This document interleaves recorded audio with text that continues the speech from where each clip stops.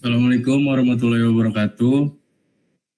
Jadi di sini kita akan mengerjakan tugas 15B yaitu membuat soal tentang iOS security.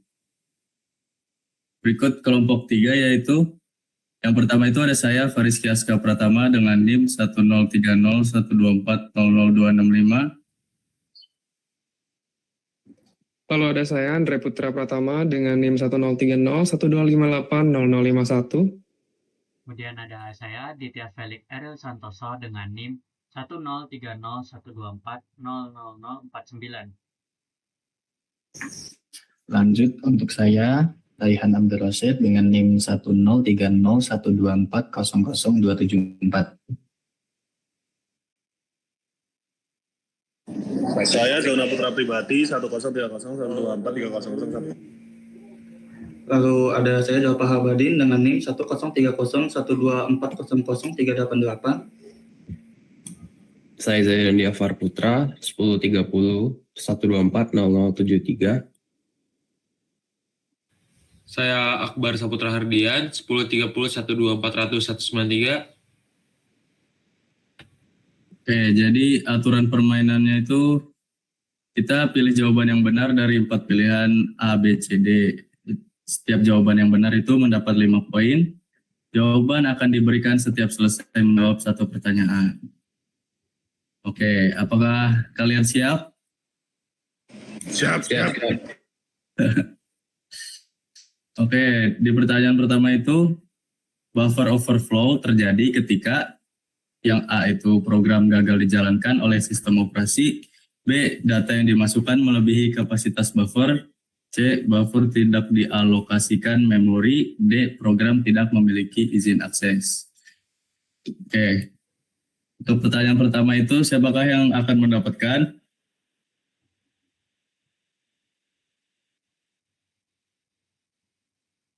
Wih, Zalfa yang dapat.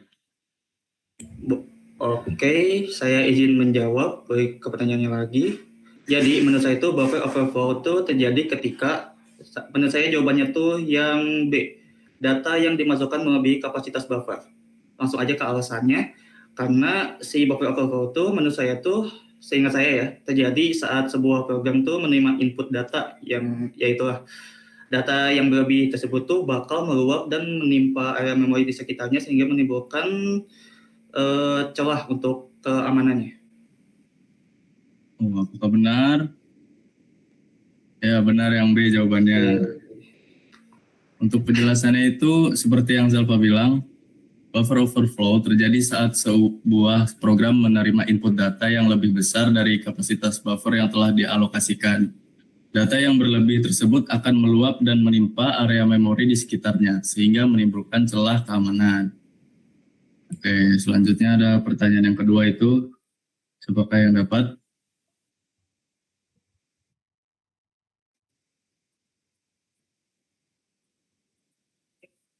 Bu Zaidan.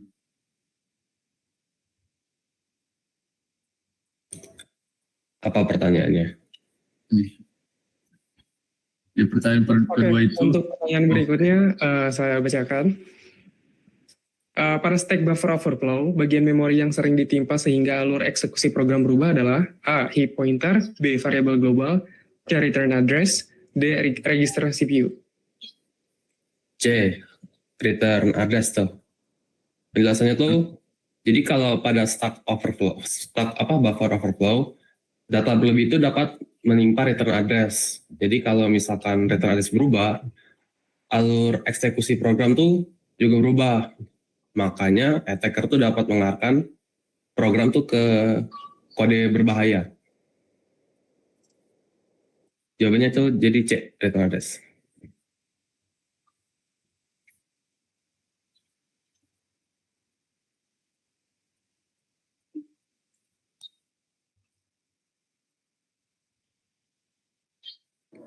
Oke, penjelasan dari jawaban sebelumnya.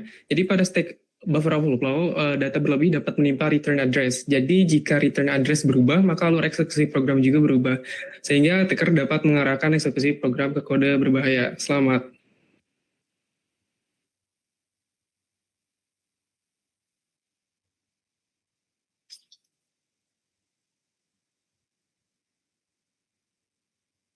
Oke, next ada pertanyaan yang ketiga. Siapakah yang akan mendapatkan?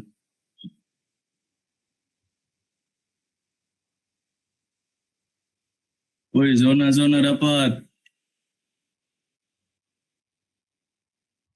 Oke, Jadi pertanyaan yang ketiga ini yaitu jenis buffer overflow yang menimpa pointer atau struktur data penting pada area heap disebut A.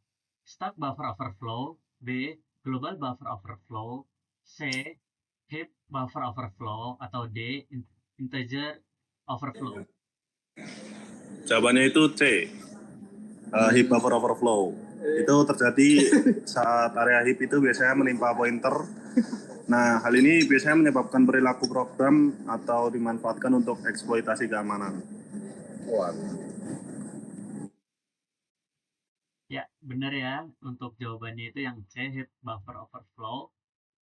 Nah, untuk penjelasannya sendiri, di sini heap buffer overflow terjadi pada area heap dan biasanya menimpa pointer atau struktur data yang penting. Nah, hal ini menyebabkan perilaku program yang tidak terduga atau dimanfaatkan untuk eksploitasi keamanan.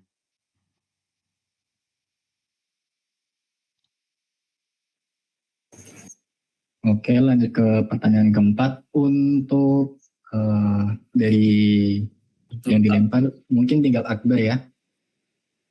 Oke, lanjut pertanyaannya. Pertanyaan keempat untuk Akbar.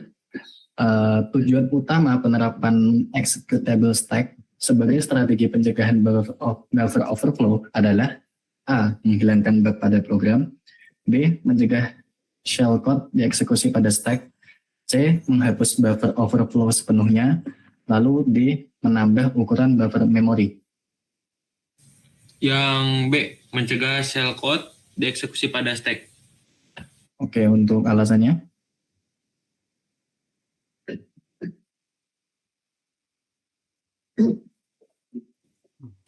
Alasannya itu mencegah eksekusi kode pada area stack. Dengan mekanisme ini, shellcode yang disisipkan oleh attacker tidak dapat dijalankan sehingga eksploitasi buffer overflow menjadi lebih sulit. Baik, mari kita cek jawabannya. Apakah benar?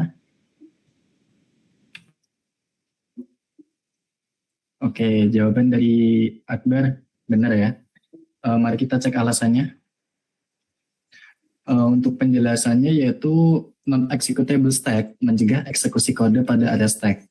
Dengan mekanisme ini, shellcode yang disisipkan oleh attacker tidak dapat dijalankan, sehingga eksploitasi buffer overflow menjadi lebih sulit. Jadi jawaban dari Akbar benar ya. Oke, selanjutnya itu ada pertanyaan yang kelima, yang terakhir. Itu kita ulang lagi.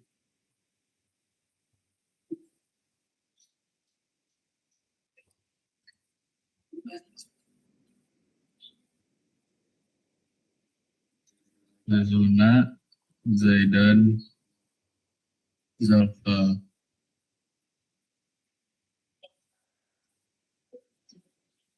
Siapa yang dapat? Oh, Zalfa yang dapat. Oke, di pertanyaan kelima itu, mengapa ASLR atau Address Space Layout Randomization lebih efektif pada sistem 64 bit dibandingkan 32 bit? Yang pertama itu A. Ukuran buffer lebih besar, atau yang B. Alamat memori tidak digunakan, C. Ruang alamat memori lebih luas, D. Program berjalan lebih cepat. Coba Menurut saya jawabannya tuh yang C. Ruang alamat memori lebih luas. Si alasannya itu karena si ASLR ini tuh bekerja dengan mengacak lokasi alamat memori. Nah, pada sistem 64 bit, si ruang alamat memorinya tuh bakal jauh jadi lebih luas. Sehingga peluang attacker menebak alamat yang benar tuh menjadi sangat kecil jika dibandingkan dengan sistem 32 bit. Oke. Boleh nambahin nggak? Kenapa?